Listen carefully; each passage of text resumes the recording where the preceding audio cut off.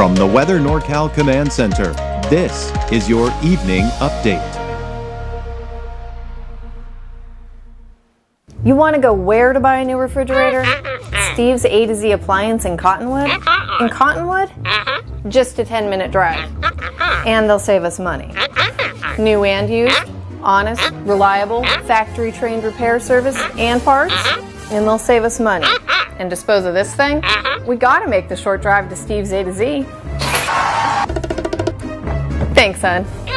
Steve's A to Z Appliance, front and main streets in Cottonwood. Drive a little, save a lot.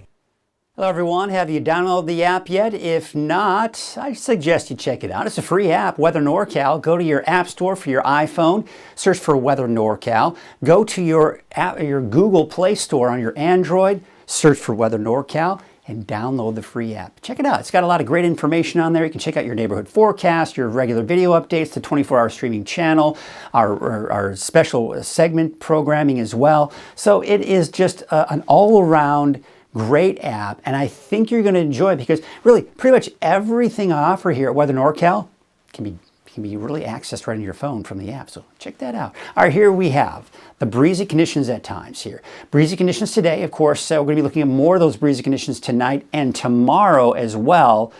But temperatures, they're increasing. We're noticing it. We've noticed it today. We'll notice it even more so by tomorrow. But after that heat wave, we've got cooler air moving in and the potential for some showers for everyone. So let's start out with the winds, and you can of course see those winds as we go into tonight and tomorrow. They're still going to be pretty gusty. I think the winds will be stronger tomorrow, as a matter of fact. You can get upwards of around 20 miles per hour from the north. That's in the morning. Then we go into around noon on Wednesday, still pretty gusty, especially on the west side of the valley. Then we go into Wednesday 5 p.m. Again, we're not looking at a widespread wind event. There are going to be windy and gusty conditions at times for some of us in the valley. Then by Wednesday night, 11 p.m., we're seeing some breezy, borderline windy conditions for the foothills. That continues into Thursday morning, and then as we go into Thursday afternoon, those winds should start to die down. So what does that mean for our fire weather risk? Well, when you combine looking at the aspect of the temperature, the winds, and the humidity, you can see that the north end of the valley for your Wednesday has what I like to call an elevated risk when we start seeing those oranges. Then we take you into your Thursday, a little elevated risk here as we go into especially the foothills. Bottom line, this is not a major wind event. This is not a major concern for fire danger. However, it's still a good idea when we start getting in that elevated risk to just do whatever we can to help prevent those fires from starting, especially when those winds pick up. You just don't want to really take any chances. So here's a look at the ridge of high pressure that's building in. This is what's going to give us the warmer temperatures I was talking about. Now, the ridge of high pressure will kind of be at its peak on Friday, and then over the weekend, it starts to kind of shift back down to the south as some colder air moves in from the north. So you can take a look at the ridge right now.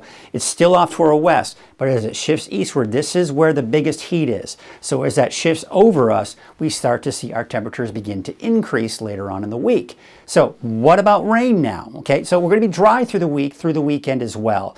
There you can see through Monday of next week, say around Sunday, Monday, the clouds begin to move in, but still dry.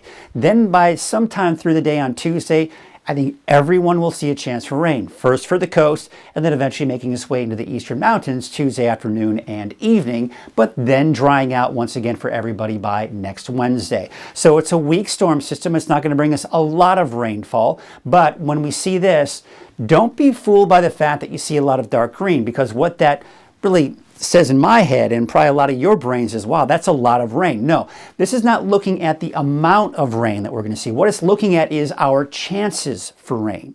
So the deeper the green, the better chance you have rain. And again, doesn't indicate how much we'll see. So we have a pretty decent chance of seeing some rain here as we go into early next week. Now the wave heights, they're still pretty high, around 11 to 13 feet here as we go into Wednesday afternoon, and that's why there's that small correct advisory here. Now it's interesting, you see your high tide 5:04 in the morning, and then your low tide will be at about 9:41 in the morning as well. Then we'll see another high tide after that around 3 or 4 o'clock in the afternoon. But overall, you can see those winds are still pretty strong, and those waves actually still pretty high as well, which is why we have that small correct advisory. So for tonight, mainly clear skies, 50s and 60s for the valley, and in the 40s for most of us in the higher elevations, mid-50s tonight for the immediate coast. And for tomorrow, Yeah, you're looking at mainly sunny skies. There are those 90s I was talking about. They're going to be here as early as tomorrow. Upper 80s, low 90s for the valley. 70s, maybe even some 80s like Weaverville and Hayfork. And there you can see inland, yeah, upper 80s to around 90. And then, of course, for the coast, you're also seeing a warming trend with temperatures around 70 for your daytime high there. So here's your 7-day outlook. I've got you dry all the way through Monday for everyone. Then by Tuesday, there, of course, is that chance for rain. Everyone's going to see that chance, including the valley.